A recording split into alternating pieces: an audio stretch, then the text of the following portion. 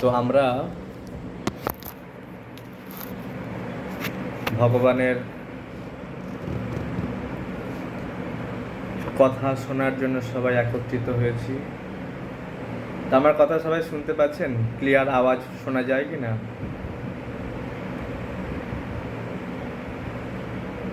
যেদিন গৃহে ভজন দেখি, গৃহেতে গোলক ভাই। যেদিন গৃহেতে আমরা ভজন ভক্তিকে দেখি, সেই দিন আমাদের গৃহটা, কার ফোন খোলা আছে একটু মিউট করে দেন, গোলকের পরিণত হয়ে যায়। মুক্তিবিনোদ ঠাকুর বলছেন, যখন আমরা ঘরে ভগবানের পূজা পাঠ হরিনাম সংকীর্তন করি, কার ফোনটা খোলা আছে, আওয়াজ আসছে, মিউট নেই কার ফোন?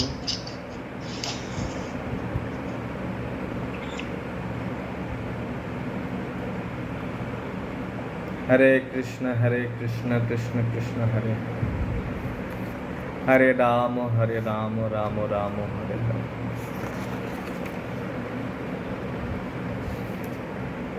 তো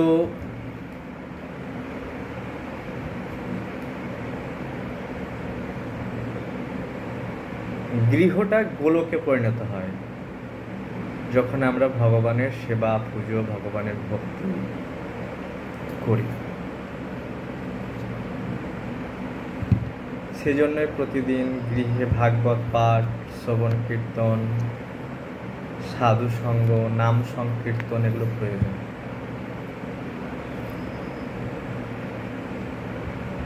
আর কলিযুগ এগুলো কমে আসছে। কলিযুগ মানে হচ্ছে কলহের যুগ। কলি মহারাজের কাজ হচ্ছে ভক্তদের মধ্যে ভক্তদের ঝগড়া লাগিয়ে দেওয়া, পরিবারের সদস্যের মধ্যে ঝগড়া লাগিয়ে দেওয়া, যেখানে যাবেন সেখানেই ঝগড়া ঝগড়া ঝগড়া, কলহের যুগ। আর এই কলহের যুগে আমাদের কর্তব্য হচ্ছে ভগবানের নাম সংকীর্তন।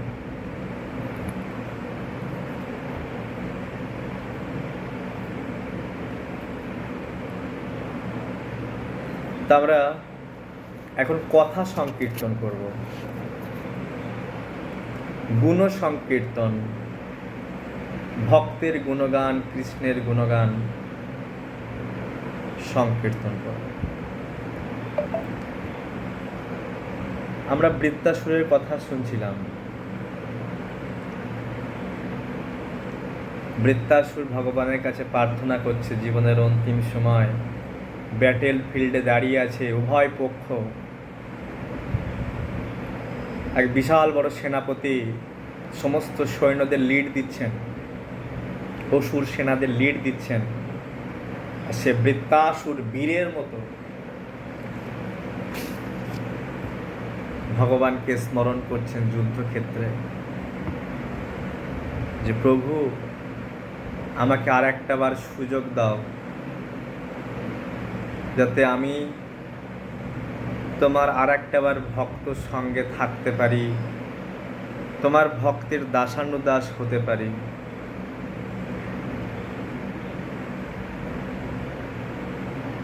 আমার এই মন দিয়ে তোমার কথাকে চিন্তন করব, আমার এই জিহ্বা দিয়ে তোমার গুণগান কীর্তন করব,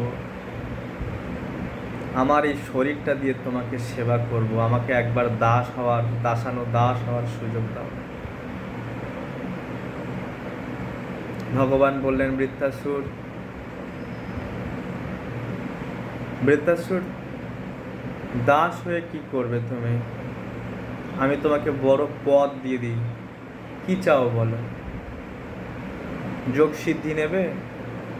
যা চিন্তা করবে তাই হতে পারবে, তুমি যা হতে চাইবে তাই হতে পারবে, যোগ সিদ্ধি দিয়ে দিই। বলছে না। তোমাকে পৃথিবীর রাজা বানিয়ে দিই, একছত্র সম্রাট। বলছে না। তোমাকে ব্রহ্মলোক দিয়ে দিই, ব্রহ্মার পদ, ব্রহ্মা সিংহাসনটা দিয়ে দিই। বলছে না। তোমাকে ধ্রুবের পথটা দিয়ে দিই, বলছেন না। তোমার ইন্দ্রপথটা দিয়ে দিই, ইন্দ্রলোক স্বর্গলোক দিয়ে দিই। তা কি চাও, কি চাইছো? প্রভু, তোমাকে ছাড়া কিছুই চাইছি না। আমি তোমাকে ছাড়া প্রভু কিছুই চাই না।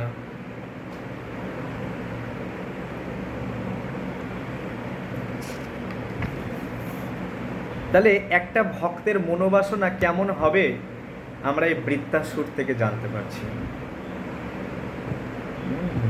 নাক পৃষ্ঠম নচ পারমেষ্ঠম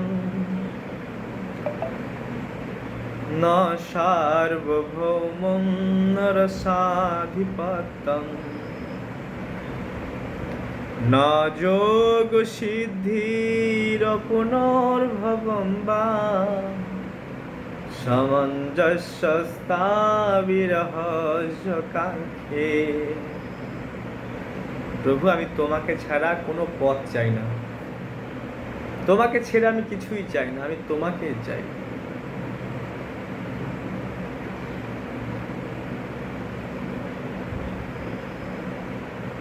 বৃত্তাসুর মনে মনে, আমরা যে চারটে শ্লোক এখন চর্চা করছি এটাকে চতুশ্লোকী ভাগবতম বলা হয়। যে গ্রন্থে এই চারটে শ্লোক নেই সেই গ্রন্থকে ভাগবত বলে না। গোপী ভাবে ভাবিত হয়ে বৃত্তাসুর যেভাবে গোপিকারা ভগবানের কাছে প্রার্থনা করে, সেই বিশুদ্ধ প্রার্থনা, বিন্দু মাত্র সশুভ বাসনা নেই, বিশুদ্ধ প্রার্থনা বৃত্তাসুর ভগবানের কাছে করছে।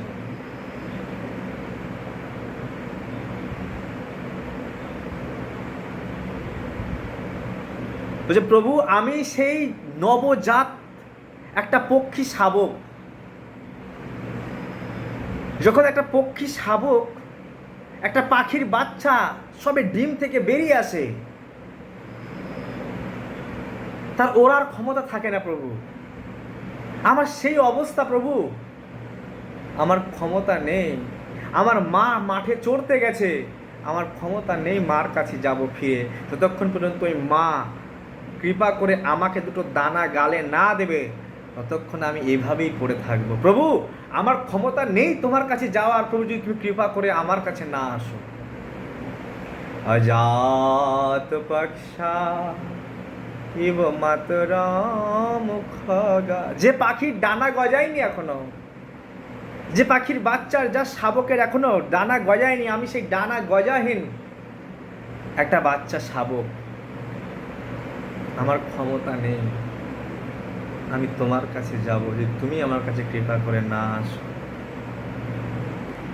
স্তন্নম যথাবৎ সুতরা ক্ষুধার্তা, এক ক্ষুধার্তা বাছুর বাড়িতে খোঁটা মেরে বাঁধা আছে, তার মা গেছে মাঠে চড়তে। প্রভু, আমি আমার কতটুকু বা সামর্থ্য আছে? আমার সামর্থ্য নেই ওই দড়ি ছিঁড়ে, ওই মায়ার বন্ধনকে ছিঁড়ে গিয়ে আমি তোমার কাছে যাব। যদি প্রভু যতক্ষণ পর্যন্ত ওই গাই গো মাতা যতক্ষণ পর্যন্ত বাছুরের কাছে এসে দুধ না দেয়, বাছুরের সামর্থ্য নেই ওই দড়ি ছিঁড়ে গিয়ে স্তন পান করে। প্রভু, আমার সেই হাল,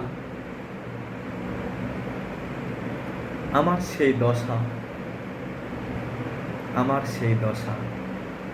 প্রভু, কৃপা যদি আমাকে করতে হয় প্রভু, আমার নিজের কোনো সামর্থ্য নেই। বলে, যোগ্যতা বিচারে কিছু নাহি পাই, তোমার করুণাশায়।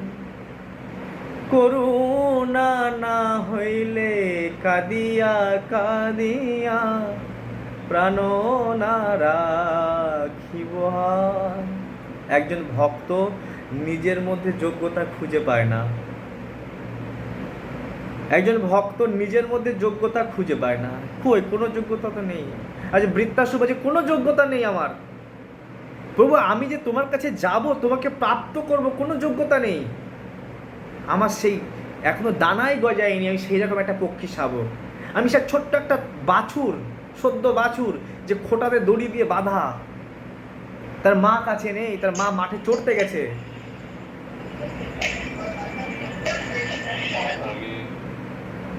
মিউট দয়া করে কেউ খুলবেন না। তাই হে প্রভু, আমি সেই ক্ষুধার্থা বাছুর, আমি উন্মুখ হয়ে চেয়ে আছি কখন মা ঘরে ফিরে আসবে। দেখুন কত ডিপ মনোভাব। এইরকম প্রার্থনা কোথায় করছে? ব্যাটেল ফিল্ডে, যুদ্ধক্ষেত্রে, চারিদিকে সৈন্য, গুলি গালাস, চারিদিকে বোম বাস্টিং হচ্ছে, চারিদিকে মারো কাটো, মিসাইল চলছে। চিন্তা করুন সেই জায়গায় ভগবানকে এত ডিপ প্রার্থনা করছে, তাহলে সে কত ডিপ ভক্ত, কত হাই স্তরের ভক্ত। মনে মনে ভাবছেন বৃত্তাসুর, দেখো দেখো আমি কেমন ভোগী। আমি একটা বাচ্চা শাবকের মতো ডাকলাম, কিন্তু আমার মনের ইচ্ছা মা কখন দানা নিয়ে আসবে। আমি বাছুরের মতো মাকে ডাকলাম, আমার মনের ইচ্ছা কখন মা এসে স্তন পান করাবে। আরে আমার তো ভোগ ইচ্ছা চলে এসেছে, আমার তো মধ্যে ভোগ ইচ্ছা। বৃত্তাসুর উদাহরণ দিচ্ছেন প্রিয়া আর প্রিয়তম।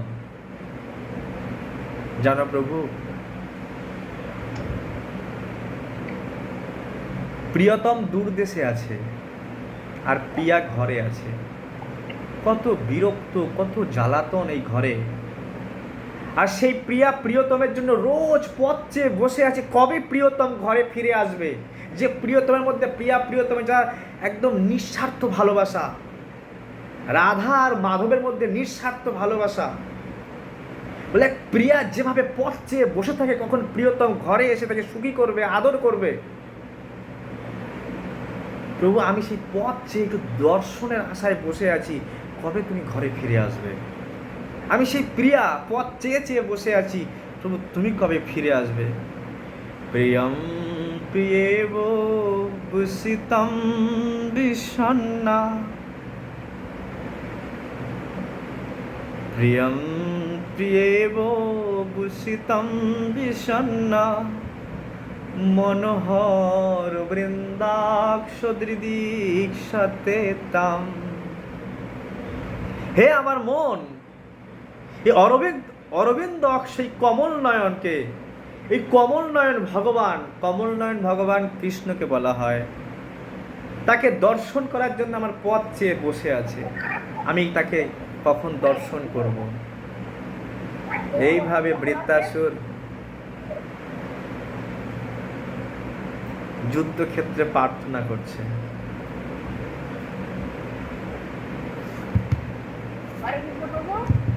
হরি বল। ষষ্ঠ স্কন্ধ 11 অধ্যায় 26 নম্বর শ্লোক।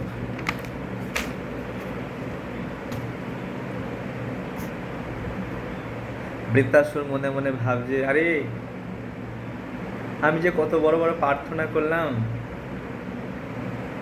কি অকাত, কি যোগ্যতা আছে আমার মধ্যে। আরে অসুর আমি, আরে যুদ্ধক্ষেত্রে আমি মারো কাটো লেগে আছি এদের মধ্যে। হায় হায়, আমি কি বড় বড় প্রার্থনা করছি ভগবানের কাছে, কত বড় বড় আশা পোষণ করছি ভগবানের কাছে। হে ভগবান, আমার অন্তিম ইচ্ছা, আমার অন্তিম ইচ্ছা ভগবান তুই।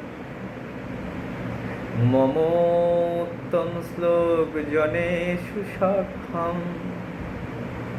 হে প্রভু, যারা তোমার, ভগবান কৃষ্ণের আর এক নাম হচ্ছে উত্তম শ্লোক, ভাগবতমের নাম হচ্ছে উত্তম শ্লোক। প্রভু, যারা তোমার প্রতি আসক্ত, তোমার এই ভাগবতমের প্রতি আসক্ত, তোমার নামের প্রতি আসক্ত, প্রভু এই রকম ভক্ত যেন আমার মিত্র হয়।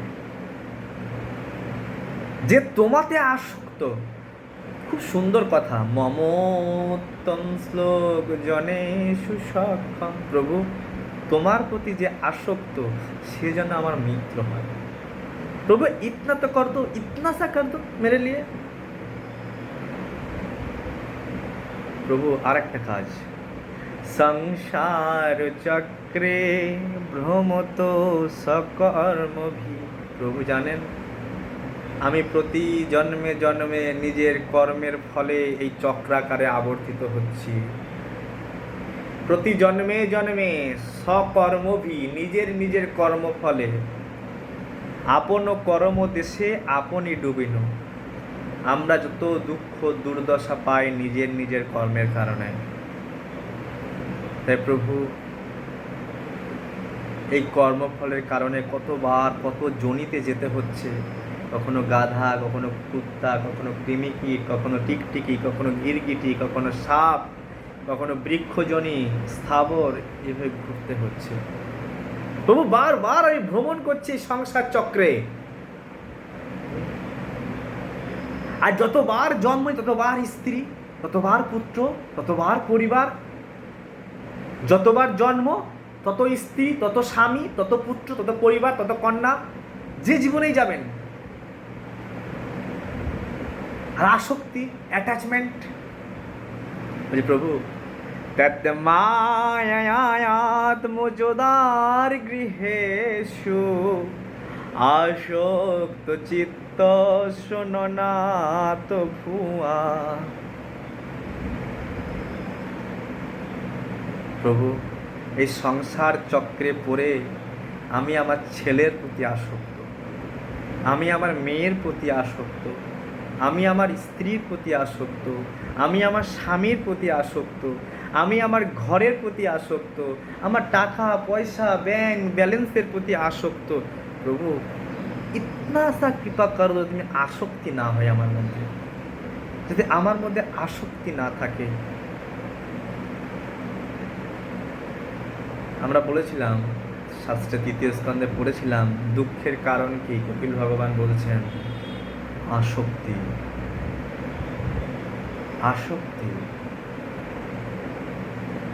ধ্যায়ত বিষয়ান পুংস, ভগবদ্গীতা, সঙ্গস্তে সুপজায়তে সঙ্গাত সঙ্গায়তে কাম কামাত ক্রোধা অভিজায়তে। প্রথমে বিষয়ে চিন্তা করতে করতে আসক্তি হয়, আসক্তি থেকে কাম হয়, কাম থেকে ক্রোধ আসে, ক্রোধাৎ ভবতি সম্মোহ, ক্রোধ থেকে চলে আসে মোহ, সম্মোহাৎ স্মৃতি বিভ্রম, মোহ থেকে স্মৃতি বিভ্রম হয়ে যায়, স্মৃতি ঠিকঠাক করে কাজ করে না। স্মৃতি বংশাৎ বুদ্ধি নাশ, বুদ্ধি কাজ করা বন্ধ করে দেয়, কোনটা ভালো কোনটা মন্দ। বুদ্ধি নাশাৎ প্রণশ্যতি, বিনাশ হয়ে যায় সেই ব্যক্তি, পতন হয়ে যায়।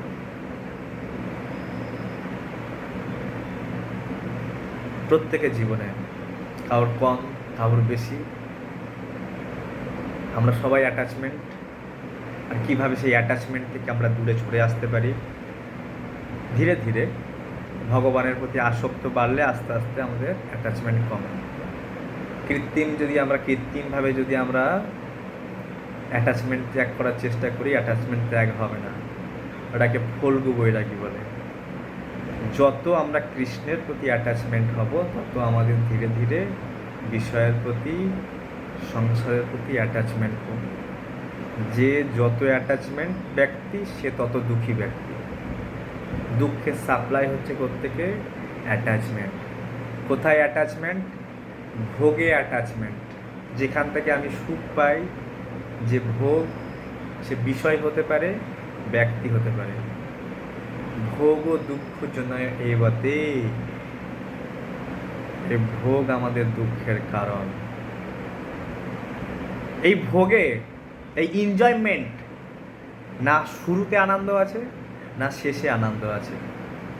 আদি অন্তবন্ত কন্তেও না, আদিতে না অন্তে সুখ আছে। হে কন্তেও, হে কুন্তি পুত্র, ন তেসু রমতে বুধা। তাই আমার ভক্ত, বিবেকবান ভক্তরা এর মধ্যে নিমজ্জিত হয় না, এর মধ্যে পতিত হয় না। আদি অন্তবন্ত কন্তেয় নত্তে সুরমতে বুধা। তাই আজ বৃত্তাসুর বলছেন, প্রভু সংসার চক্রে ঘুরতে ঘুরতে আমরা বলি খালি হাতে এসেছি, খালি হাতে যাব না। কর্মের ফল মাথায় বোঝাই করে নিয়ে চক্রা আকারে আবর্তিত হতে হবে। পুনরপি জননম পুনরপি মরণম পুনরপি মাতৃ জঠরে শয়নম। বারবার চক্র আকারে আবর্তিত হতে হবে, বারবার। তাই যা আমাদের দ্বারা পাপ কাজ অপরাধ হয়ে গেছে, প্রয়াস করা উচিত যেন আজকের পর থেকে আর পাপ কাজ অপরাধ যার না হয়, নাই আবার কর্মফল নিয়ে এই চক্রাকারে আবর্তিত হতে হবে। প্রতি জন্মে জন্মে সবে পিতামাতা পায়। প্রতি জন্মে জন্মে আমি যে কোনো জীবনে যে কোনো শরীরে চলে যাব, পিতামাতা পাবো, কিন্তু প্রতি জন্মে জন্মে গীতা ভাগবতমের সামনে বসার সৌভাগ্যটা হবে না। মানব জীবন পেয়েছি, কতজনই আছে বলো তো? ভাগবতমের সামনে সন্ধ্যাবেলা বসে কতজন আছে? শুধু ভোগ ভোগ, এনজয় করব, সুখী হব। আর সুখী হওয়ার জন্য যে কোনো পাপ কাজ করতে বিন্দু মাত্র চিন্তা করব না, দ্বিধাবোধ করব না। ভোগ, চারিদিকে ভোগ ভোগ ভোগ বিষয়। ফেসবুক খুলবেন, ভোগের অ্যাড দিচ্ছে। ইউটিউব খুলবেন, ভোগের অ্যাড দিচ্ছে। সিনেমা টিভি দেখবেন, ভোগ বিলাসিতার অ্যাড দিচ্ছে। সিরিয়াল দেখবেন, ভোগ বিলাসিতার অ্যাড দিচ্ছে। চারিদিকেই কানের মধ্যে চোখের মধ্যে গুজে গুজে দেওয়া হচ্ছে, তুমি এই ভোগটা করো, তুমি এই ভোগটা করো, তুমি এই ভোগটা করো। কিভাবে সুখী থাকবে? শাস্ত্রে বলছে ভোগ আমাদের দুঃখের কারণ। আর আমরা যে বিদ্যা করছি এটা হচ্ছে বৈরাগ্য বিদ্যা। কিভাবে এই ভোগ থেকে ডিট্যাচমেন্ট হয়ে আমরা ধীরে ধীরে ভগবানের দিকে অগ্রসর হব।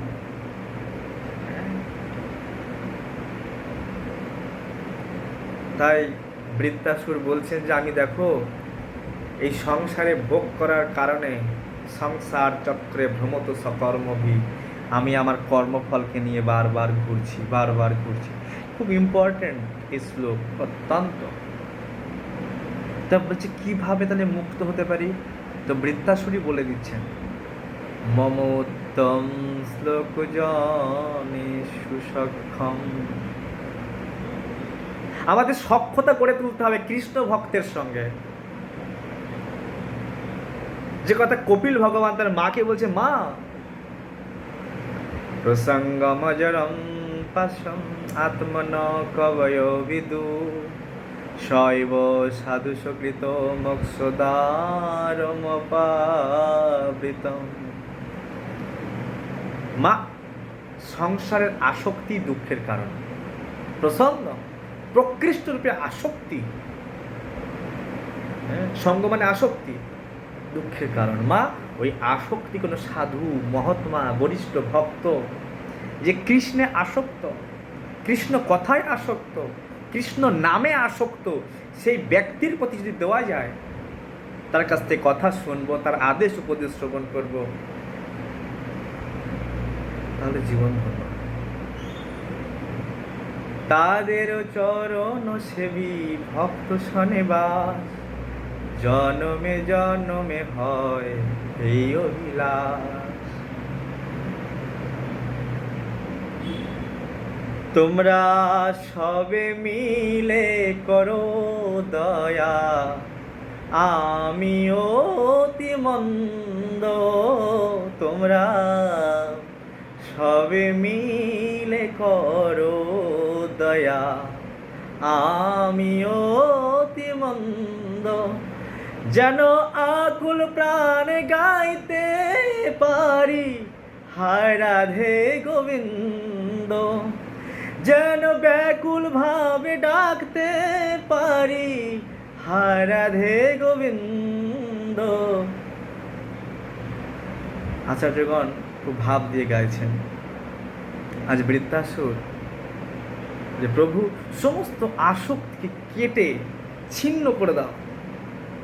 ভাগবতমে বলা হচ্ছে যে যে কৃষ্ণ কথা শুনবে, কৃষ্ণ কথারূপী কুঠার, এই যে বিদ্যা, একজন ভক্ত সংসার চক্রে পড়ে অপরাধের কারণে আজ অসুর শরীর প্রাপ্ত হয়ে গেছে। আজ খেদ প্রকাশ করছে, প্রভু আমার ছিন্ন করে দেবে আসক্তি। আমি এই দেখো সংসারে পড়ে ভাই ভাই ভাই ভাই ভাইয়ের প্রতিশোধ নেওয়ার জন্য আমি এই অসুর শরীর নিয়ে, আরে আমার ভাইকে হত্যা করেছো তুমি, তোমাকে আমি ছাড়বো না, তোমাকে আমি মেরে ফেলবো ইন্দ্র। খুবই আসক্তি।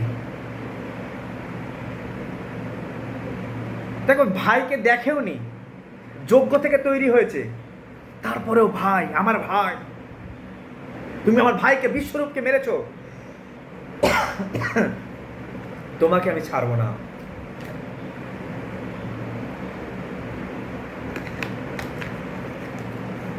আসক্তি। তাই প্রভু সমস্ত আসক্তি আমাকে ছিন্ন করে দিয়ে আমার মন প্রাণ সব কিছু যেন তোমার প্রতি আসক্ত হয়। ভগবদ গীতায় ভগবান এই কথাটাই বারবার আমাদেরকে শেখাবার প্রয়াস করছে। অর্জুন ময়া সক্তা মনা, ময়া আসক্তা মনা, আমার প্রতি আসক্ত হয়ে তুমি কর্ম করো। আমরা কর্ম করি, আমরা কর্মের অনুপ্রেরণা কোথায় পাই জানেন? পুরুষেরা কর্ম করে স্ত্রীর জন্য, স্ত্রী থেকে অনুপ্রেরণা নেয়। আর স্ত্রীরা কর্ম করে পুরুষের জন্য, পুরুষ থেকে অনুপ্রেরণা পায়। বুঝতে পারছি? আমাদের সমস্ত কর্মের যে উদ্যম উদ্দীপনা কোত্থেকে আসে? এই সংসারী জীব এত উদ্দীপনা কোত্থেকে পাচ্ছে? শুধু স্ত্রীকে কেন্দ্র করে। আর স্ত্রীরাও এত কিছু কর্ম করছে, এত পরিবার পালন পোষণ করছে কিভাবে? একটা পুরুষকে কেন্দ্র করে। আর বৃত্তাসুর সে কথাটাই বলছে, প্রভু সমস্ত আসক্তি ছিন্ন করে আমার মন প্রাণ তোমার চরণ পদ্মে লেগে যায়। তাহলে এটাই জীবনের সম্পূর্ণতা, এটাই জীবনের। কিন্তু আমরা ফেসে যাই কোথায় জানেন? ওই ব্যক্তি অত এনজয় করছে, ওই ব্যক্তি এত এনজয় করছে, ও এত আনন্দে আছে, আমি ভাই কৃষ্ণ ভক্ত হয়ে মরবো নাকি? আমি একটু আনন্দ করে নিই। এই যে লোকের দেখে হাজারো ব্যক্তি কুয়ার মধ্যে পড়ে যাচ্ছে, আমরা ভক্তি জীবন করার পরও মনে করি না কুয়ার মধ্যে আমি একটু ঘুরে আসি। না, হাজারো ব্যক্তি কুয়ার মধ্যে পড়তে পারে, তাদের জ্ঞান নেই, তারা ভক্তি করে না, নাম জপ করে না, তারা পুনরপি জন্ম নামে এই জগতে ঘুরবে। দেখেছেন কখনো হসপিটাল খালি হয়, কখনো কোর্ট খালি হয়, কখনো থানা খালি হয়, কখনো জেল খালি হয়, কখনো খালি হয় না। এই কখনো খালি হবে না, এই জগৎ ঘুরতেই থাকবে। কিন্তু এর থেকে কিছু মুষ্টিমেয় বিবেকবান ভক্ত এখান থেকে ভক্তি করে বেরিয়ে চলে আসবে। আর সেটা ভগবান বলছে খুবই কম সংখ্যক, যে খুব সিরিয়াস। সত্যযুগে 10 বছর ধরে যে জব মানুষ করত, কলিযুগে ধন্য কলি এই জন্য বলা হচ্ছে মাত্র 24 ঘন্টা জব করে সেই ফল পায়। সত্যযুগে 10 বছর জব করার যে ফল, আর কলিযুগ যদিও এটা পাপের যুগ, কিন্তু কেউ যদি স্থিরভাবে মানে 24 ঘন্টা যে জব করবে, সে 10 বছর সত্যযুগে 10 বছরের ফল পেয়ে যায়। বুঝতে? চিন্তা করুন, যে 24 ঘন্টা একদিন, যে দুদিন যে খুব ভালো জব করবে, সে 20 বছরের ফল পেয়ে যায় সত্যযুগে। তাই আমাদের প্রয়াস করা উচিত যে কিভাবে আমি আমার সাংসারিক জীবনের সঙ্গে সঙ্গে পারমার্থিক জীবন, পরিবার পালন পোষণের সঙ্গে সঙ্গে পারমার্থিক জীবনটা যাতে আমরা হারিয়ে না ফেলি। নারদ মুনি বলছে, আরে ভাই তুমি খুব ভালো গৃহস্থ, লাভ কি আছে? কি লাভ হয়েছে? তুমি কি করে ফেলেছো? কোনো লাভ নেই। কেউ প্রশ্ন করতে পারে, আমি বড় ইঞ্জিনিয়ার, আমি বড় টিচার, আমি অমুক, আমি বিধায়ক, আমি এমএলএ, বলে কি হয়েছে তোমার? কি হয়ে গেছে? তুমি কি করে ফেলেছো? আমি খুব ভালো সংসার পালন পোষণ করছি, আমার সব টিপটাপ, আমার ছেলে চাকরি করে, মেয়ে চাকরি করে, আমার সব এনাফ এনাফ এনাফ, বলে কি হয়েছে? এ আমার কথা নারদ মুনি বলছে। বলছে একটা কৃষ্ণ ভক্তের অনেক কিছু প্রবলেম থাকতে পারে। একটা কৃষ্ণ ভক্তের একটা কৃষ্ণ ভক্তের জীবনে সে সাকসেস নাও হতে পারে, একটা কৃষ্ণ ভক্ত তার তার হাত পা খোঁড়াও হতে পারে, একটা কৃষ্ণ ভক্ত দিনে হয়তো একবার খাওয়া জুটছে, দুবার খাওয়া জুটছে না, কিন্তু ভক্ত। তুমি ভাই মৃত্যুর পরে এক পয়সা এখান থেকে নিতে পারবে না, আর একটা কৃষ্ণ ভক্ত মৃত্যুর পরে পারমার্থিক সম্পদ নিয়ে যাবে এখান থেকে। তাই এই কথা নারদ মুনি ভাগবতমে বলছে, তুমি হতে পারো সাকসেসফুল, হতে পারো খুব ভালো গৃহস্থ, হতে পারো খুব ভালো ম্যানেজমেন্ট জানো, যদি কৃষ্ণ ভক্তি না থাকে শ্রম এবহি কেবলাম, আর যদি ভক্তের মধ্যে দোষ ত্রুটি বিদ্যমানও থাকে, হ্যাঁ, অপি চেত সুদুরাচার, পাপী থেকে সাধুকে, ভগবান সাধুকে ভগবান বলছেন, বলে সাধু সে দুরাচারী থেকে দুরাচারী ব্যক্তিও যদি আমার শরণ গ্রহণ করে, আমার আশ্রয় গ্রহণ করে, অর্জুন সে আমার ভক্ত, সে আমার অনন্য ভক্ত। হয়তো দুরাচারী ছিল, কিন্তু সে আমার শরণ গ্রহণ করেছে। পাপী থেকে পাপী, অপরাধী থেকে অপরাধী ব্যক্তি যদি আমার শরণ গ্রহণ করে, ভজতে মাম অনন্য ভাগ, যে অনন্যভাবে আমার নাম জপ কথা কীর্তন করে, সে আমার ভক্ত। তাই নারদ মুনি বলছেন, সংসারে ফেমাস, সংসারের বাহবা, দু পয়সা দুজন লোক বাহবা দিতে পারে, কিন্তু ওই বাহবা নহি নহি রক্ষতি, তোমাকে রক্ষা করতে পারবে না। কিন্তু কৃষ্ণ ভক্ত, আমরা সুদামাকে দেখেছি, তার জীবনে কত প্রবলেম,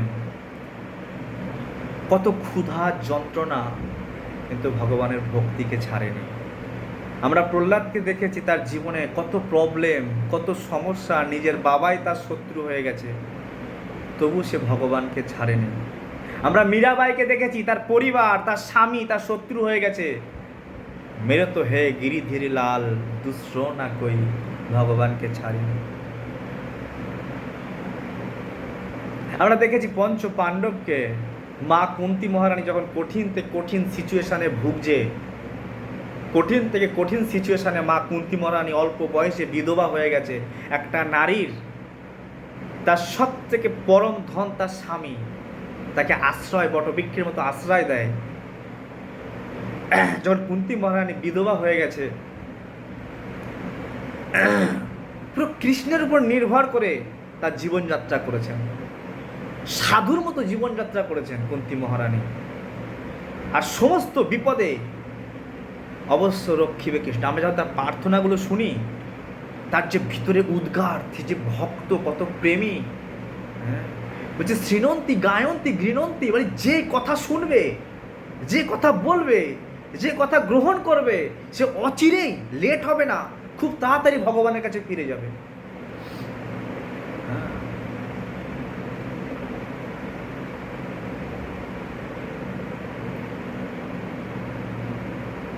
তাই কঠিন থেকে কঠিন সময়ে কুন্তী মহারানী ভগবানকে ইয়াদ করেছেন।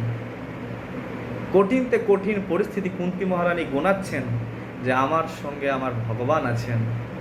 বিষাদ মহাগনে পুরুষাদ দর্শনা, অসৎ সভায়া বনবাস কৃচ্ছতে, মৃধে মৃধে অনেক মহারথশ্রত দ্রোণাশ্রত, হরের অভিরক্ষিতা, হরে ভগবান অভিরক্ষিতা, আমাকে রক্ষা করেছে, আমার ছেলেগুলোকে রক্ষা করেছে, প্রতি পদে পদে আমার দ্রৌপদীকে রক্ষা করেছে, প্রতি পদে পদে। তাই সরঙ্গ শরণাগতি হইবে যাহার, তার প্রার্থনা শুনে শ্রীনন্দ কুমার। তাই সরঙ্গ শরণাগতির মধ্যে একটা শরণাগতি হচ্ছে যে কৃষ্ণ রক্ষা করছেন, করবে, আগেও করবেন।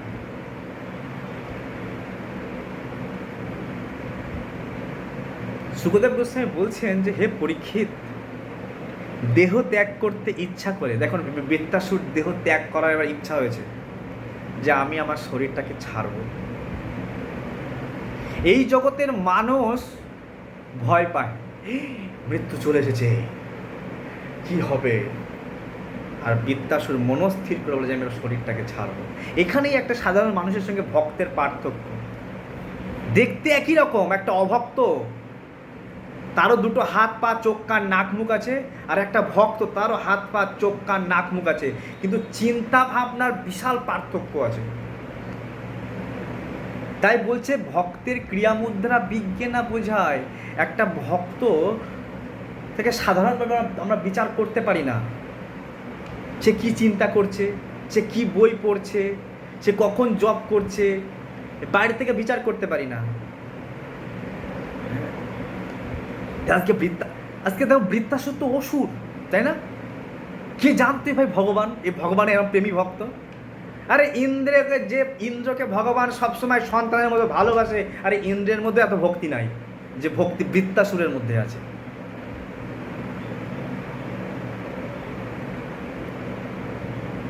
একজনা প্রশ্ন করেছে, মহারাজ বলে কি এই ইন্দ্র খালি ভোগ করতে চায় আর একটা পর একটা ভুল করে, এ হচ্ছে অসুর, আর আমার চোখে এই বৃত্তাসুর হচ্ছে দেবতা। এই বৃত্তাসুরের মধ্যে কত গুণের মধ্যে কোনো ভোগ বাসনা নাই। মহারাজ বললেন না, ইন্দ্র ভগবানের ভক্ত, বলছে এইরকম বিচার করাও হচ্ছে অপরাধ। ইন্দ্র হচ্ছে ভগবানের ভক্ত, বলে অসুরকে যে ভগবানের কথার বিরুদ্ধে চলে, যে ভগবানের কথার বিরুদ্ধে চলে সে হচ্ছে অসুর। কিন্তু এই ইন্দ্র এ ভুল ত্রুটি করতে পারে, কিন্তু ইন্দ্র ভগবানের আদেশ অনুসারে চলে, নির্দেশ অনুসারে চলে। বলে ভক্ত হয়ে গেছেই বলে এরকম না যে আমি ভোগ করতে পারবো না, চেয়ারে বসতে পারবো না, আমার স্ত্রী থাকবে না। থাক, ওর ভগবান সেরকম পদ দিয়ে রেখেছে, ওকে অনেক বড় দায়িত্ব সামলাচ্ছে, হ্যাঁ। কিন্তু ভক্ত ভগবান কখনো অবমাননা করে না। সবসময় যতবার ভুল হচ্ছে ভগবানের কাছে গিয়ে আচার খেয়ে পড়ছে, ভগবান আমার উপায় বলুন কী করবো। দেখুন যতবার ইন্দ্র ভুল করেছে, ও বারবার ভগবানের কাছে গিয়ে হাত জোর করে, ভগবান আমার দ্বারা ভুল হয়ে গেছে, আমি এখন এই অবস্থায় কী করব। আর অসুরেরা ভুল মানতে চায় না। তাই ইন্দ্র অসুর নয়, অসুর সে যে ভগবানের বিরুদ্ধে চলে। বৃত্তাসুর অসুর শরীর হয়েও ভগবানের ভক্ত, কারণ সে পূর্বজীবনে ভক্তি করেছে, কিন্তু তার যে এখন ভাব সেটা আসুরিক ভাব আছে, কারণ অসুরের জন্ম থেকে এসেছে, হ্যাঁ, আর আসুরিক ভাব। তাই এখন সে কিছু সময়ের জন্য অসুর, কিন্তু সে ভগবত ধামে যাবে। হে মহারাজ পরীক্ষিত, দেহত্যাগ করতে ইচ্ছা করে বৃত্তাসুর জয়লাভের চেয়ে মৃত্যুকে শ্রেষ্ঠ বলে মনে করেছিলেন। তখন তিনি তার ত্রিশূল গ্রহণ করে, ব্রহ্মাণ্ড যখন জলমগ্ন হয়েছিল তখন কৈটব দত্ত বিষ্ণুর প্রতি যেভাবে ধাবিত হয়েছিল, সেভাবে দেবরাজ ইন্দ্রের প্রতি ধাবিত হয়েছিল। দেখছে ইন্দ্র মনে করছে, আরে একে আমি মারবো, ইতিমধ্যে কত অপরাধ আমি করেছি, আর এইরকম বৈষ্ণব এর সঙ্গে আমার যুদ্ধ করতে হচ্ছে, ও মারছে না। আর এদিকে বৃত্তাসুরের মৃত্যু জন্য ছটপট করছে যে কখন আমাকে ও মারবে, আর ও মারলে আমি ভগবানকে স্মরণ করতে করতেই শরীর ছেড়ে ভগবানের বৈকুণ্ঠে যাব, কিন্তু ও মারছে না। তাই ইন্দ্রকে ভয় দেখাবার জন্য মৃত্যুকে শ্রেষ্ঠ বলে মনে করেছে, যে আমার কাছে মৃত্যুই শ্রেষ্ঠ। একজন ভক্ত কত সুন্দরভাবে মৃত্যুকে আলিঙ্গন করে নেয়। ভক্তের কাছে মৃত্যু হচ্ছে আলিঙ্গন। বলে কেন? বলে ভক্ত জানে এই মৃত্যু হচ্ছে আমার পরীক্ষার, এই পরীক্ষায় আমি উত্তীর্ণ হয়ে আমি ভগবানের কাছে ফিরে যাব। একটা অভক্ত জানে না, তাই সে চিরকাল বেঁচে থাকার প্রয়াস করে। আর একটা ভক্ত সে চিন্তা করছে আমি কিভাবে এই মৃত্যুর সময়, আজ বৃত্তাসুর মৃত্যুর সময় ভগবানকে প্রাণ ভরে ডেকে নিয়েছে, প্রাণ ভরে প্রার্থনা করে নিয়েছে, এবং এখনো তার স্মরণ চলছে, কৃষ্ণ কনসাসনেস চলছে। আর সে বলছে আমার মৃত্যুই আমার শ্রেয়, আমি ভগবানের স্মরণ করতে করতে মাইয়া শক্তা মনা, কৃষ্ণ আসক্ত হয়ে কৃষ্ণের গুণ গাইতে গাইতে আমি শরীর ছাড়ব। আর সে ইন্দ্রের প্রতি ধাবিত হয়েছে।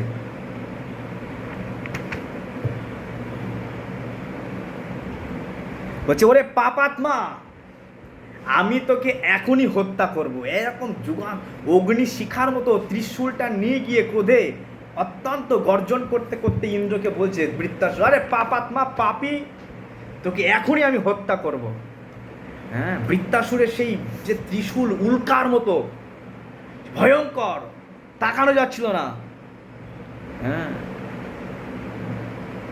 নির্ভীক চিত্তে ইন্দ্র তার বজ্রের দ্বারা সেই অস্ত্রটি খণ্ড খণ্ড করে, আর সেই সঙ্গে বৃত্তাসুরের সেই সর্পরাজ বাসুকীর শরীরের মতো বিশাল আকৃতির একটা বাহু হট করে কেটে দিল বজ্র দিয়ে। বলে, কত বড় বাহু ছিল? বলে, বাসুকী নাগ যত বড় ছিল, মন্দার পর্বতে বাসুকী নাগকে মন্দার পর্বতে জড়িয়ে টানাটানি করা হয়েছিল, মনে আছে? দৈবাসুর সংগ্রামে যখন অমৃত ভগবান বলে, যাও বাসুককে একটু নিমন্ত্রণ দিয়ে দাও। বলে, কীভাবে? বলে, অমৃত খাওয়াবো, বড় চলে আসবে দেখবা। বলে, ওকে জড়াবা মন্দার পর্বতে, জড়িয়ে টানাটানি হবে, ওখান থেকে তোমাদের কি লাভ হবে জানি না, আমার তো বিয়েটা হয়ে যাবে, আমার লক্ষ্মী উঠে চলে আসবে ওখান থেকে। ঠিক আছে? তো পয়েন্ট অফ ভিউ হচ্ছে, বৃত্তাসুরের হাত কেটে দিয়েছে। হাত কত বড়? বলে, বাসুকী নাগের মতো বড়। আর একটা হাত তা ছিন্ন হয়ে গেল, আর অপর একটি হাত দিয়ে লৌহ গদা নিয়ে ইন্দ্রের কাছে গিয়ে তার চোয়ালে আঘাত করেছিল। হ্যাঁ, ইন্দ্রের বাহন ঐরাবতকে আঘাত করেছিল, তার ফলে ইন্দ্রের হাত থেকে বজ্রটা পড়ে গেছে। এমন আঘাত করেছে, একটা হাত কেটে গেছে, রক্ত তো বয়ে যাচ্ছে। বিচার করুন, সেই যুদ্ধের মধ্যে চারিদিকে সৈন্য, মার পিঠ, ইন্দ্র হাতির পিঠে দাঁড়িয়ে আছে, আর বৃত্তাসুরের বিশাল বড় শরীর, একটা হাত বাসুকী নাগের মতো হাত কেটে দিয়েছে বজ্র দিয়ে। আর ইন্দ্রের যে বৃত্তাসুরের যে এক হাত ছিল, ওই এক হাত দিয়ে একটা গদা ঘুরিয়ে মেরেছে। হ্যাঁ, ইন্দ্রের চোয়ালে গিয়ে লেগেছে। ইন্দ্রের ঐরাবতের আঘাতে ইন্দ্র ধপাস করে ঐরাবত থেকে পড়ে যায়, হাত থেকে বজ্রটা পড়ে যায়, হাতে আর বজ্রটা নেই।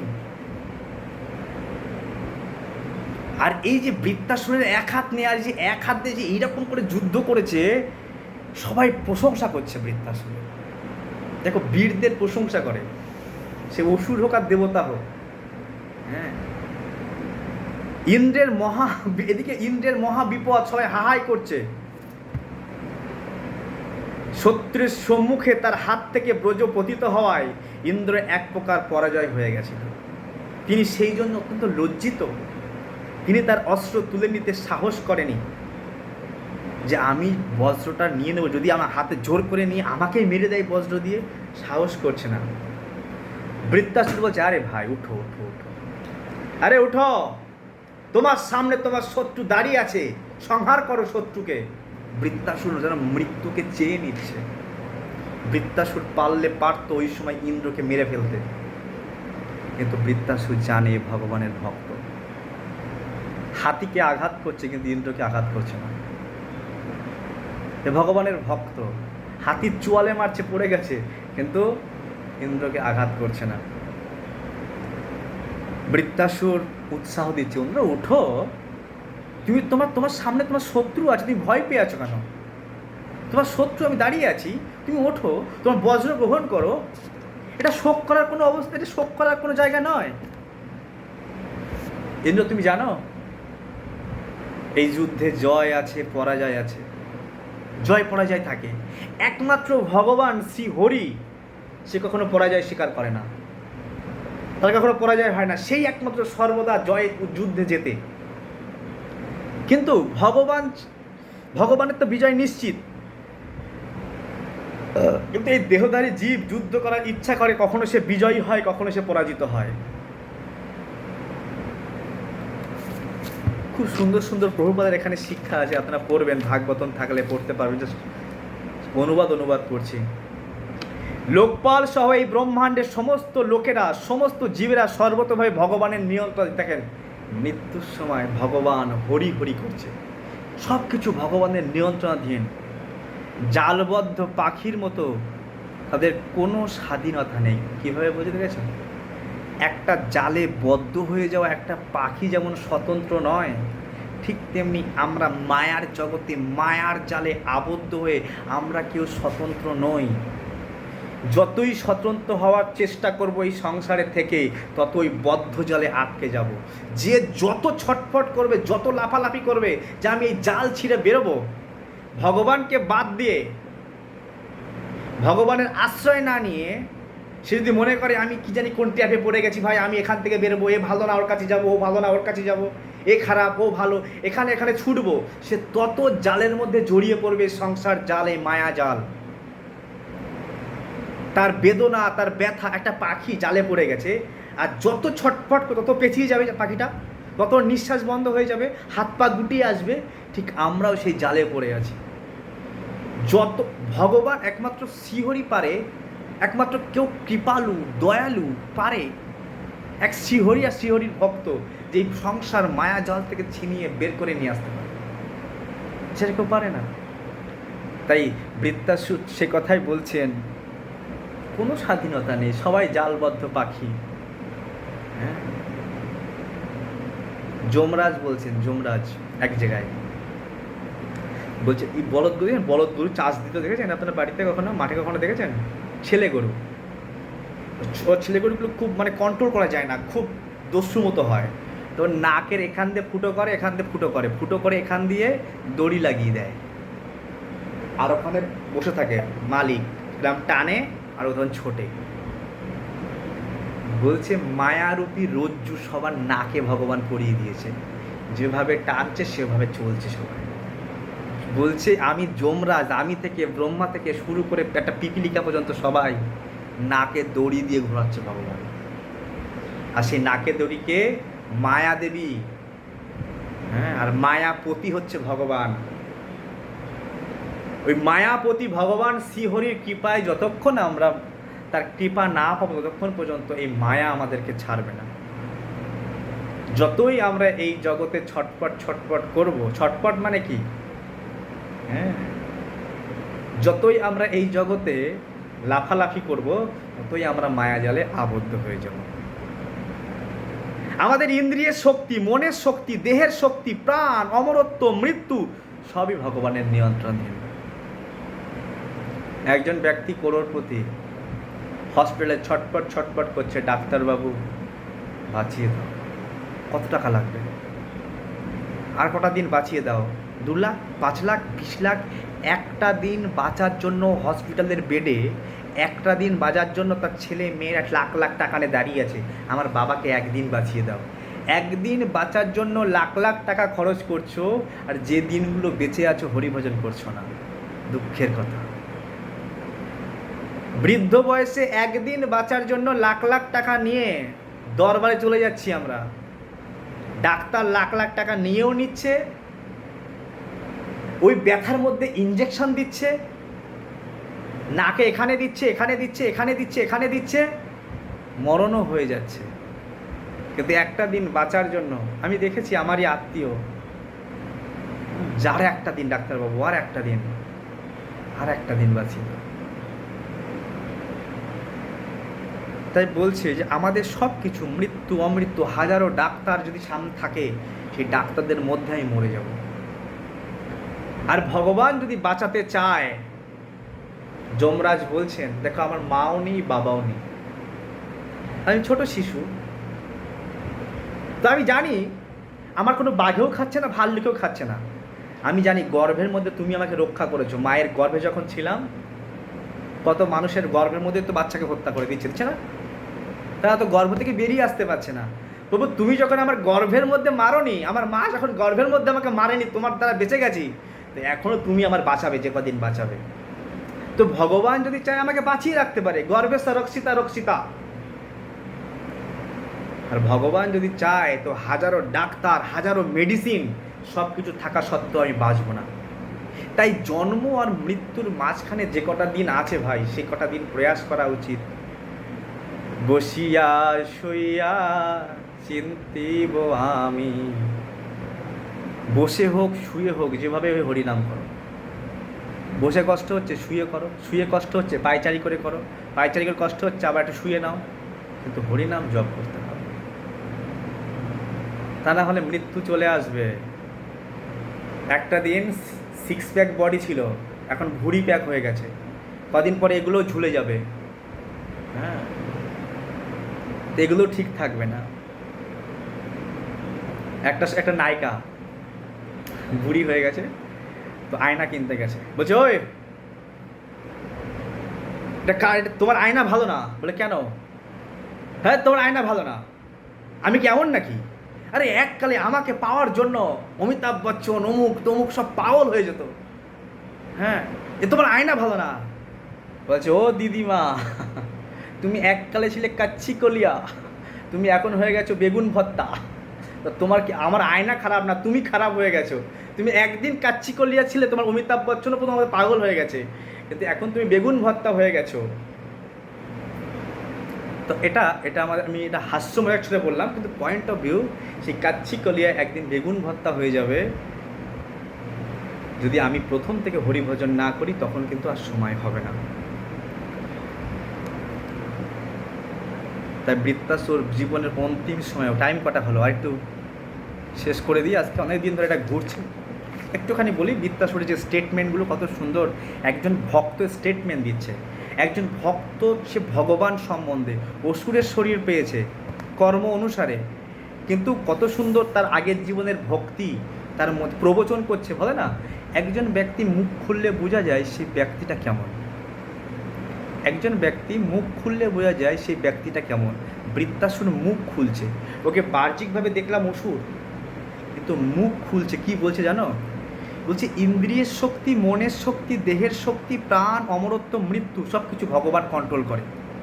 আর সেই কথা না জেনে মূর্খেরা মনে করে এই জড় শরীরটাই সব কিছু। হে ইন্দ্র, দারুময়ী নারী আর পত্রময় মৃগ যেমন স্বেচ্ছায় চলাফেরা করতে পারে না, নৃত্য করতে পারে, নর্তকের ইচ্ছে যেমন নৃত্য করে, তেমনি সব কিছু ভগবানের অধীন, কেউ স্বতন্ত্র নয়। আমি এটাকে বাংলা ভাষায় বলি, বাংলা ভাষায়, একলা ঈশ্বর কৃষ্ণ আর সব বৃত্ত, যারে জইছে না চাই সে তৈছে করে নিত্য। পুতুল ড্যান্স হয় না, পুতুল খেলা, পুতুল কি বলে এটাকে, পুতুল নাচ। একজন আঙুল দিয়ে এমন এমন করে আর পুতুল দিয়ে এমন করে নাচ করে, ওই আঙুলের ইশারায়। ঠিক তা যেভাবে পুতুলকে নাচায়, ঠিক সেইভাবে ভগবান তার ইশারায় সমস্ত জীবকে নাচাচ্ছে। সব পরম কন্ট্রোলার ভগবান শ্রীকৃষ্ণ স্বীকার করছেন। আরে বৃত্তাসুরের মতো অসুর স্বীকার করছেন এই জগতে বড় বড় ভদ্র জেন্টেলম্যান শিক্ষিত মানুষ। বলে ভগবান কি? বলে ভগবান বলতে কিছু নেই, আমি ভগবান, ভগবান শূন্য, ভগবানের কোনো আকার নেই। শিক্ষিত শিক্ষিত ব্যক্তি এই রকমের স্টেটমেন্ট দেয়।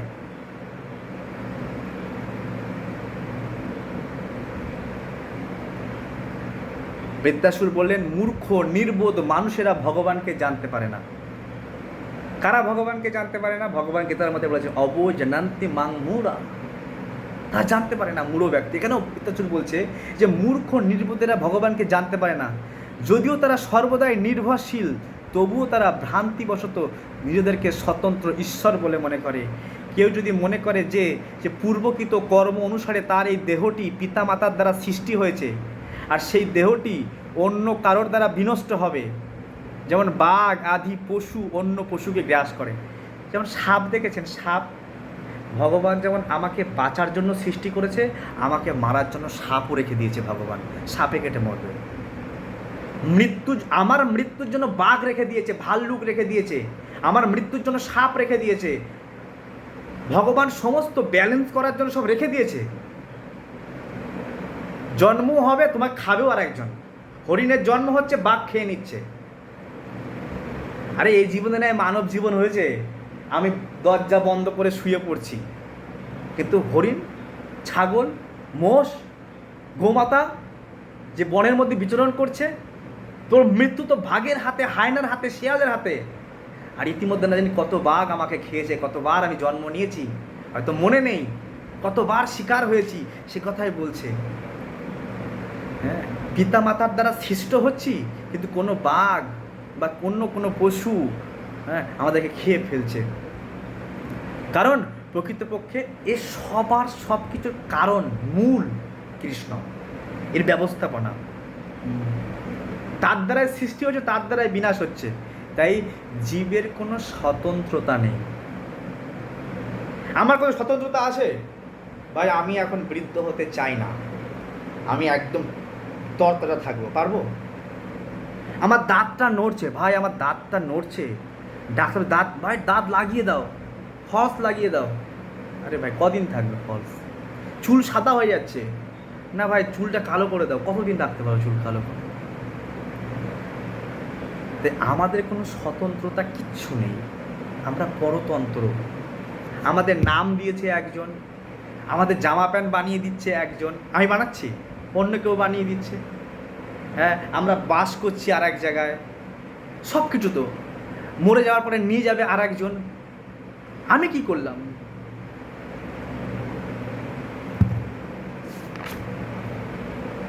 তাই মৃত্যুর সময় অনিচ্ছা সত্ত্বেও, কি সুন্দর স্টেটমেন্ট, এটা আমার আরেকদিন পড়লে ভালো হতো, তো বাইপাস করে চলে যাচ্ছি। কেউ চায় না মৃত্যুর সময়, কিন্তু মৃত্যুর সময় সমস্ত আয়ুকে ভগবান ছিনিয়ে নেয়।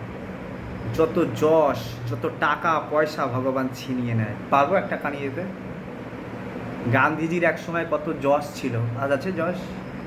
কাটা লাগা গানের কত যশ ছিল, এখন আছে গান? না, যশ নেই, যশ কমে যাচ্ছে, নেই আস্তে আস্তে। মৃত্যুর সঙ্গে সঙ্গে সব কিছু ত্যাগ করতে হয়। তেমনি বিজয়ের সময়ও ভগবান যখন কৃপা করে, সেইগুলি প্রদান করে, তখন কোনো রকম প্রচেষ্টা ছাড়াই লাভ হয়ে যায়। বলছে যে ইন্দ্র, তোমার পক্ষে ভগবান আছে, আর তুমি বিজয় লাভ করবে আমাকে মারলে, আর তুমি সব কিছু পেয়ে যাবে। তাই সব কিছু ভগবানের পরম ইচ্ছা। তাই অকীর্তি, যশে, জয়, পরাজয়, মৃত্যু, জীবনে সমস্ত সিচুয়েশানে অবিচলিত। এটা খুব ইম্পর্টেন্ট শ্লোক, জানেন? আমরা বিচলিত হয়ে যাই, কি হবে কি হবে না জানি, কত টেনশান, কত দুশ্চিন্তা, হায় হায় হায় হায় ওই ওই। কিন্তু জীবনে যে কোনো, আজকে বৃত্তাসুর দেখুন, যুদ্ধের সময় মানুষ বিচলিত হয়ে যায়, তমগুণ, রমজগুণ, ক্রোধ। বৃত্তাসুর একদম অবিচলিত, মৃত্যুর জন্য স্থির, পরম ব্রহ্মের ধ্যানে থেকে। পিতামহ ভীষ্ম যেমন প্রবচন করতে করতে শরীর ছেড়েছে, এও কৃষ্ণ কথা বলতে বলতে শরীর ছাড়ছে, ছাড়বে এখনই। তাই বলছি, একজন ভক্ত কীর্তি অকীর্তি, যশ পরাজয়, জয় পরাজয়, জীবনে মৃত্যুতে সে স্থির থাকে, বিচলিত হয় না। আর সেইগুলির কার্য, সুখ দুঃখ প্রভৃতি সকল অবস্থাতেই সমভাবাপন্ন হওয়া উচিত। যিনি জানেন রজ তম সত্য এই তিনটি আত্মার গুণ নয়, জড়া প্রকৃতির গুণ, যিনি জানেন শুদ্ধ আত্মা এই সমস্ত গুণের ক্রিয়া প্রতিক্রিয়া সাক্ষী মাত্র, তিনি মুক্ত পুরুষ, তিনি সকলের গুণের।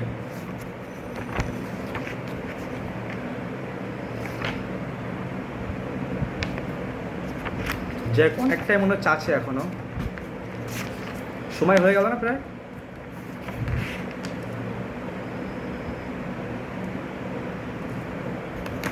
বৃত্তাসুর বলছে, আরে এ শত্রু, আরে দেখো দেখো, আমার একটা হাত নেই, আমার কাছে অস্ত্র নেই, আমার হাত ছিন্ন হয়ে গেছে।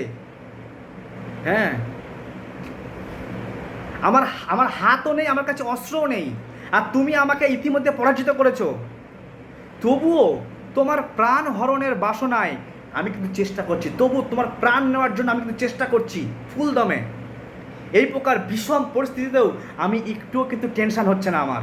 হ্যাঁ, অতএব হে ইন্দ্র ওঠো, আরে তোমার বজ্র আমি নেব না, ওঠো ওঠো ওঠো, তোমার বজ্র তোলো আর তুমি যুদ্ধ করো। হে শত্রু, এই যুদ্ধকে দ্রুতক্রিয়া বলে মনে করো, এতে প্রাণকে বাজি রাখো, আর বাণী, অক্ষ, হস্তি, অশ্ব সব বাহন, ফলক, এতে যে কার জয় হবে কার পরাজয় হবে কেউ বলতে পারে না। তাই ভগবানের উপর নির্ভর করো, ভবিতব্যের উপর নির্ভর করো। সুখদেব গোস্বামী বললেন, বৃত্তাসুর নিষ্কপট। এই বাক্যগুলি যখন দেবরাজ ইন্দ্র শ্রবণ করছে, ইন্দ্র তার প্রশংসায় পুনরায় বোঝ ধারণ করেছেন। বিস্ময় ও কপটতা পরিত্যাগ করে তিনি হাসতে হাসতে বৃত্তাসুরকে বলছে, ইন্দ্র বিস্ময় হয়ে আছে, আরে এ কি, কত বড় ভক্ত, আরে কি সুন্দর প্রবচন করছে, এ ভাগবতম বলছে, এ ভাগবতমকে তত্ত্বগতভাবে জানে, কৃষ্ণকে জানে। ইন্দ্র উবাচ, ইন্দ্র বলছে হে দানব, সংকটকালে তোমার যে বিবেক, তোমার ধৈর্য, তোমার ভক্তি, তোমার মতি একদম স্থির অবচলিত, তা থেকে আমি বুঝতে পারছি তুমি সর্ব আত্মা পরমেশ্বর ভগবান যিনি সর্বসুহৃদ, তুমি সেই জগদীশ্বরকে অনেক অনেক সেবা করেছো। এই অনেক অনেক সেবা না করলে এই রকম কেউ হতে পারে না। তুমি অনেক সেবা করেছো, তুমি অনেক নাম জপ করেছো, তুমি অনেক কীর্তন করেছো, তুমি অনেক ভাগবতম পড়েছো, তুমি অনেক ভাগবতম কথা বলেছো, তা না হলে তুমি এইরকম এই কঠিন সময়ে তুমি এইরকম ভগবানে মন লাগাতে পারতে না, এইরকমভাবে তুমি প্রবচন করতে পারতে না। তুমি অনেক ভগবানকে সেবা করেছো, সেই পরম সুহৃদ পরম সর্বাত্মা, তুমি ভগবানের মায়াকে অতিক্রম করেছো। দেখো এও ভগবানের ভক্ত ইন্দ্র, তুমি ভগবানের মায়াকে অতিক্রম করেছো, এইভাবে মুক্ত হওয়ার ফলে তুমি আসরিক ভাগ ত্যাগ করে তুমি মহান ভক্তের পদ তুমি প্রাপ্ত হয়েছো। হে বৃত্তাসুর, অসুরেরা তো সাধারণত রজগুণ দ্বারা প্রভাবিত হয়, তাই তুমি যে অসুর হওয়া সত্ত্বেও শুদ্ধ সত্ত্বে পরমেশ্বর ভগবান বাসুদেবে সুদৃঢ় ভক্তিপরায়ণ হয়েছ, তা অত্যন্ত আশ্চর্যের বিষয়। আহা, এ তো আশ্চর্য, অসুর হয়েও এইরকম ভক্তি।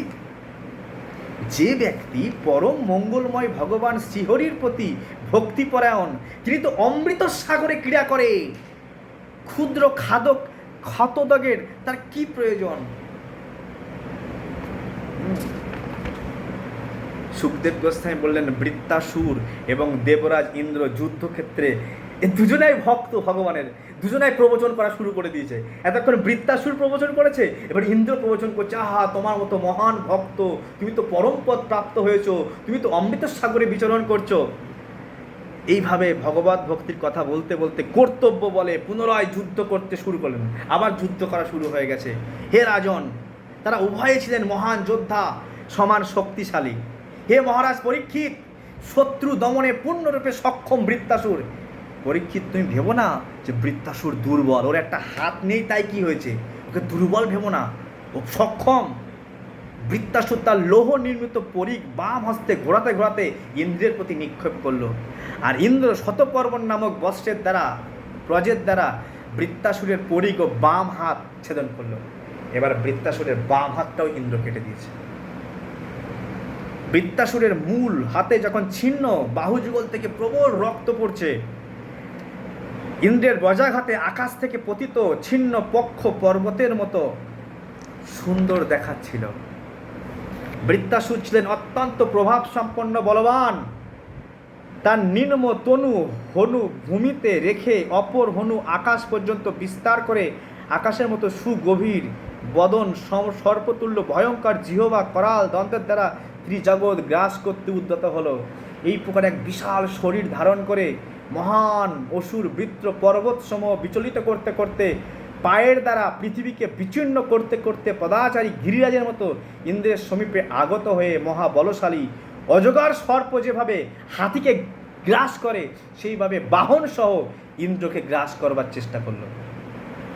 একদম এত শরীর বাড়িয়েছে আর এমন হা করেছে ঐরাবত সহ যেন ইন্দ্রকেই খেয়ে ফেলছে।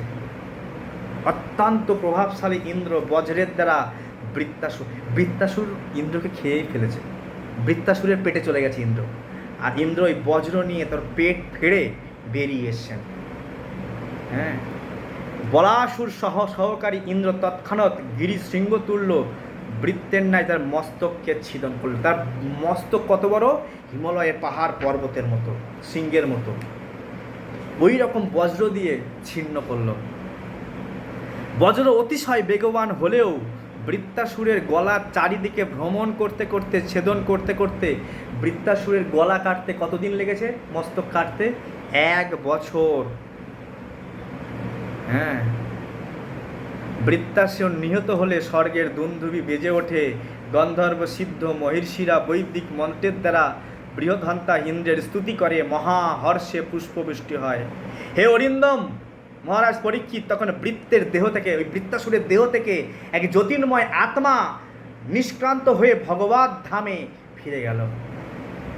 দেখো, বৃত্তাসুর ভগবানের ধামে ফিরে গেল। তাই দেবতারা দেখলেন যে ভগবান শঙ্কর্ষণের পার্শ্বদ রূপে তিনি চিৎ জগতে প্রবেশ করল।